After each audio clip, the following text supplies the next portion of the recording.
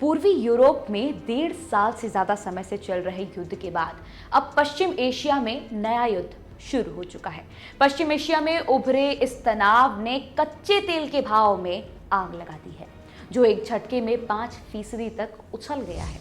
पश्चिम Asia का इलाका पूरी दुनिया के लिए काफी अहम है, क्योंकि उसी इलाके से दुनिया की जरूरत के 1/3 कच्चे तेल की आपूर्ति होती है। ब्लूमबर्ग की एक रिपोर्ट के अनुसार पश्चिमी एशिया में युद्ध छिड़ने के बाद कच्चे तेल के भाव में 5% तक की तेजी आई है। बाजार में युद्ध से संबंधित प्रीमियम का दौर लौट आया है और इससे वेस्ट टेक्सास इंटरमीडिएट $87 प्रति बैरल के पास पहुंच गया है। रॉयटर्स की एक खबर के अनुसार ब्रेंट क्रूड में $4.18 यानी 4.99% की तेजी देखी गई है और ये $88.76 प्रति बैरल पर पहुंच चुका है। वहीं WTI 5.11% बढ़ के $87.02 प्रति बैरल हो गया है।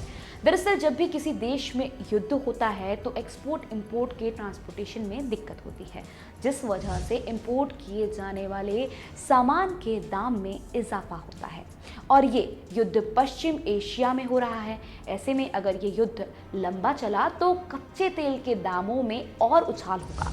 बता दें कि हमास के द्वारा शनिवार की सुबह इजराइल पर हमला करने के बाद पश्चिम एशिया की स्थिति फिर से डामाडोल हो गई है।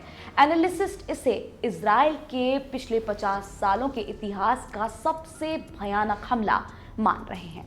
दरअसल शनिवार को हमास द्वारा गाजा से इजराइल में 3000 से ज्यादा रॉकेट दागे जाने के बाद इजराइल और गाजा में अब तक 1000 से ज्यादा लोग मारे गए हैं। जवाबी कार्रवाई में इजराइल रक्षा बलों ने गाजा में हमले किए।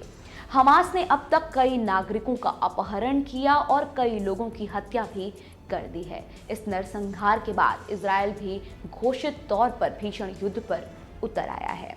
रविवार को सैकड़ों इजरायली अपने लापता परिवार के सदस्यों के बारे में जानकारी लेने के लिए एक केंद्रीय पुलिस स्टेशन पर इकट्ठा हुए।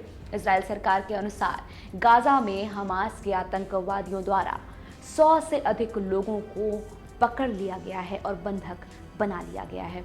हालांकि लापता लोगों की ठीक ठाक संख्या क्या है, ये अभी भी नहीं कहा जा सकता है। फिलहाल इस वीडियो में इतना ही। देश और दुनिया से जुड़ी खबरों के लिए लोकमत हिंदी को जरूर सब्सक्राइब करें।